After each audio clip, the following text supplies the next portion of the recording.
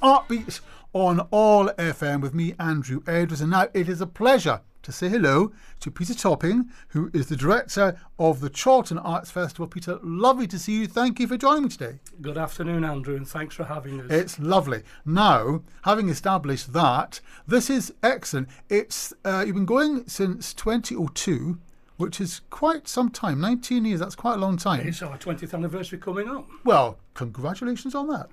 But I think this year is very different because last year you were completely virtual. Like a lot of arts events and things.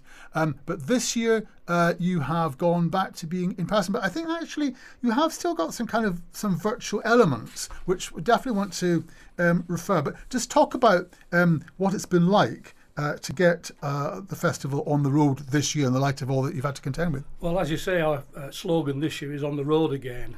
To 2020, we really struggled in May. We started up in May with getting about 45 artists together, and then all of a sudden COVID struck, so we just had to ditch the idea. And we were actually going to just cancel the whole thing until a crew of people that came along and had an idea to do a virtual festival, which we can talk about later if you like.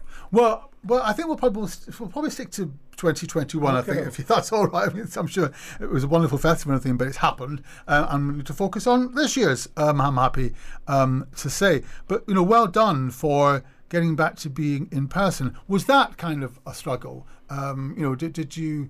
How did that work to actually be in person this time? Yes, it was a struggle because, like anybody else, we'd all been adapting to staying indoors and not meeting people, and this sort of thing, to having to have a one-to-one, was a very difficult thing for a lot of our team and a lot of the artists, and a lot of our stuff that we did was on Zoom for early planning. Well, I mean, Zoom has been absolutely indispensable. I mean, really, I can't think how I or anybody else could have managed over the last year without Zoom and Skype and all the rest of it. So it's great that you've been using that. Now, as I said earlier, as well as being to be in person, you have got some online or virtual elements, I think, still this year. And I think it's very clever because looking at your brochure and your online, we'll give out the website later, what you've done is you've got something called a virtual Chorlton, virtual high street, whatever. It's really clever. Looking online, and you can sort of navigate your way, and it's all the buildings are very familiar. Just tell me a little bit about that. And there's something called Solstice, which seems to be a kind of virtual field where you've got billboards of the events. So just tell me a little bit about that, about virtual Chorlton. I mean, Chorlton's wonderful in itself. So the idea of having a virtual Chorlton, that's two for the price of one. A virtual Chorlton and a real Chorlton. We're an embarrassment of riches. Tell me about virtual Chorlton. Absolutely. Well, virtual Chorlton is actually Chorlton in a virtual three-dimensional world. I love it. You can actually don on an avatar, and all the kids around will know what we're talking about. The ones with big thumbs, and you can. I like that. The two thumb things. Yeah. I can tell you, it's on a platform called Mozilla Hubs, which is a free platform. So right. There's no advertising. Right. And basically, you go in as an avatar. A lot of the fun is you can actually choose your own avatar and make your own. So you could have an All FM avatar going in there. Is it something that I was looking at it and I couldn't quite work this out? Is the part of the idea, the thinking that in person comes up with their avatar and they start exploring the virtual Chorlton, what have you, and therefore there might be there at the same time as other avatars. Is Absolutely. That it? Well, it's kind of a virtual world. I mean, we have a Chorlton Arts Festival, and we do, of course, invite everyone worldwide to come. But you couldn't have your auntie in Australia coming to the Chorlton Arts Festival unless you took a plane over, etc., etc. And so, with the virtual Arts Festival, you can actually meet up with your auntie or your brother or your cousin in virtual Chorlton.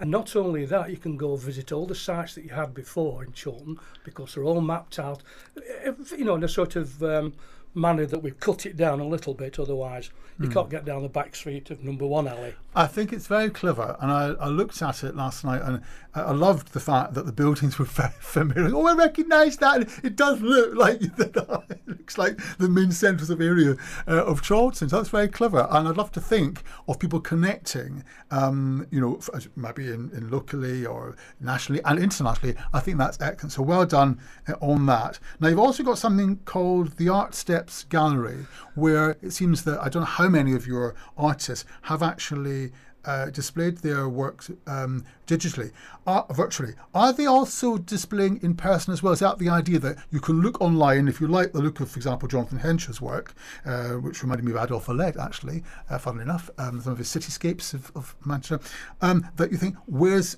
Jonathan on? I must go to see him in person. Is that kind of the thinking behind it? It is, yeah.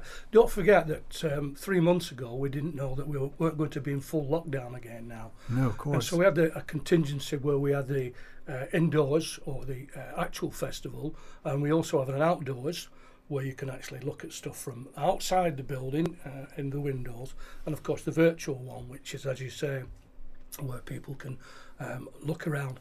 But with regard to Art Steps, we've taken as many artists as given us the work, and we've put them, the 64 artists. Well, brilliant. Congratulations on that. In a virtual 3D world. Now, it's a simpler world than the Mozilla Hubs one, because we need it to be slick and move fast. What we found with Mozilla Hubs, that it was difficult for some platforms to get onto it. So if you're an old Android, you'd be struggling. Right. But, so all the visual artists are in Art Steps. The performing artists are in Solstice, which is a virtual festival. That's making me think. It's making me think of like kind of a Glastonbury, or like one of the big in-person festivals, which may or may not be happening. This is very clever. I like the connections between the virtual world we've all been kind of absorbed by the last 18 months, even more so than perhaps we ever were, and the real world, the in-person world. And it's very clever. You played it really cleverly, because you are able to be in person. You weren't sure if you were going to be. So that's excellent. We're going to have a song in a couple of minutes, and then back we'll just dive in literally to some of the marvellous events, and obviously we'll actual in-person performing arts type events. But just just commenting on the art, a couple more artists. I'm sorry to 64. I mentioned like 3 or 4. I'm sorry about that, but people can explore themselves. I saw also an artist called Michaela Svoboda, which were interesting landscapes. They were also interesting. And then an artist called Anna, I'm not sure, is it Violet or Violet, who does decorative maps. I thought that was interesting as well. So who would you, I mean, it's invidious really, isn't it, to ask you to pick out from 64, but say a bit more about some of your artists. I'll leave you to decide how you do that. As you say, Andrew, it'd be very unfair of you to pick any artist. Okay, I can, but you can't. I guess. Say that, no, you can, yeah. But because we're totally inclusive in Chiltern Arts, we do invite every artist of whatever calibre and whatever genre to come and be part of the Arts Festival. And so doing that, any artist that has signed up for the Arts Festival, we have found them a place. And we think that's unique. I think that's excellent. And of course, you're not just at this time, you go through the year as well. Is that right? Absolutely. So Chiltern Arts Festival isn't just about the festival. The mothership is Chiltern Civic Society, which we've now rebranded as Chiltern Voice because it seemed a little bit old hat.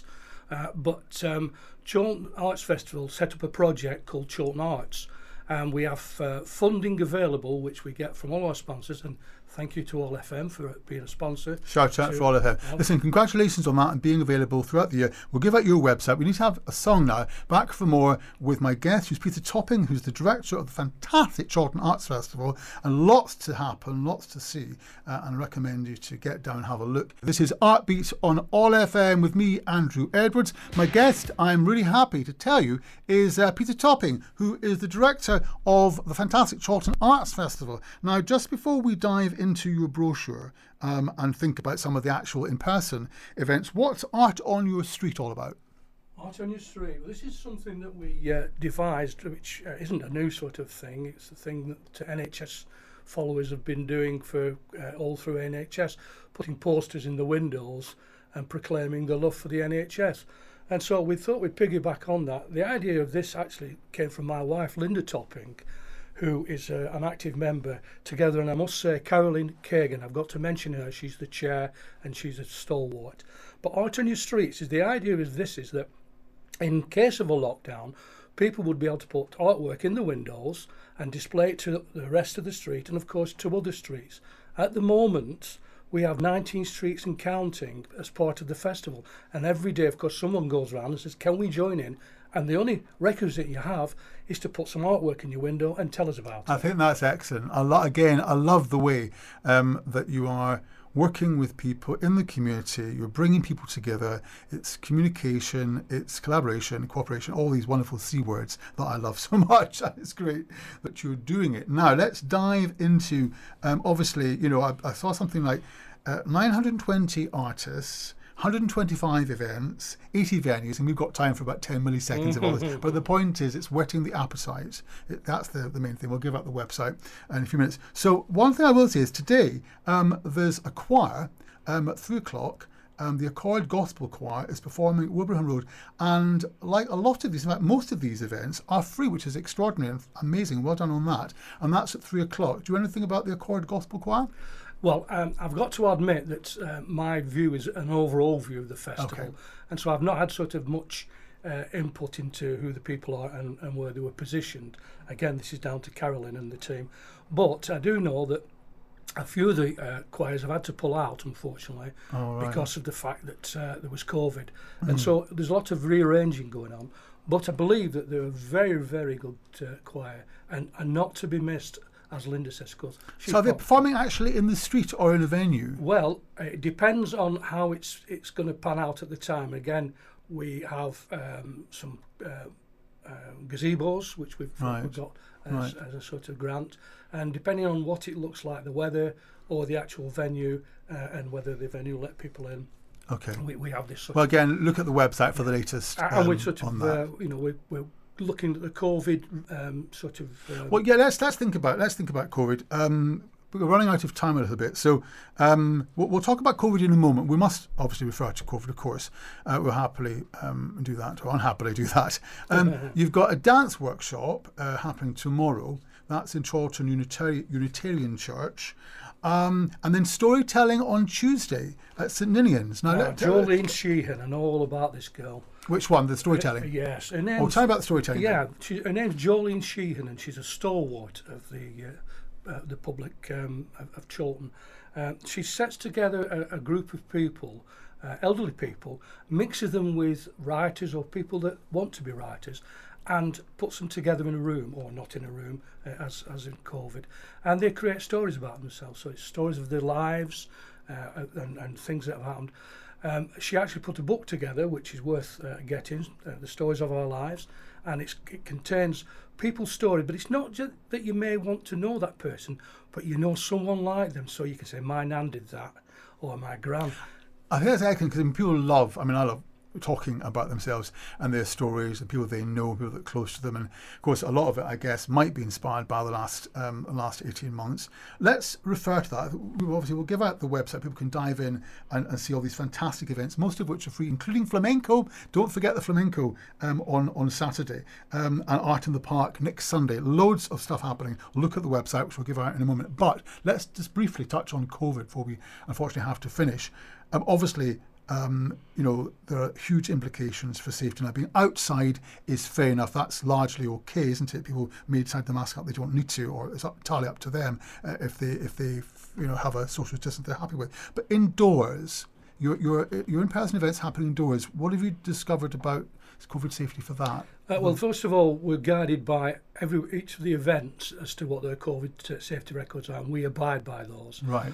And where possible, of course, we keep to the 2-metre rule and people masked. Most of the venues are not allowing refreshments, so there won't be mingling like that. Right. And if they do, the refreshments will be outdoors. So it's a fairly, you can never have a fail-safe environment, but it's fairly safe for people to go along. And as I said, most of the stuff is in large halls or we've got accommodation for being outside. I was just going to say a lot of it, there's significant parts of it are outside, and it's just something you've thought about COVID, you've planned for it, you've considered it, and that's the important thing. Listen, we've run out of time, so final 30-second plug for the Chorlton Arts Festival, and I'll let you give out the website. What would you say to people who are not sure about coming down? What would you say to tempt them down, and give out the website? Okay, well, art is for the people, so you are the people, so come on down and have a look at the art. If you're not from Chorlton, come and join us in Chorlton, because you can see what Chorlton's about. And anyone that wants to find any of the art, go onto the website. Which is? chorltonarts.org. As simple as that. Lovely to see you, Peter. I always knew that Chorlton was a creative place. There's never been any doubt about that. But this is further evidence, if I was in any doubt, although I wasn't anyway. chorltonarts.org. And it's on until the 19th of September. Congratulations, well done. I hope you have a wonderful time. I hope you get a chance to enjoy some of it. I know you're an artist as well, of course. And all the best to you, and thank you very much for telling me about it. Well, thanks for inviting us.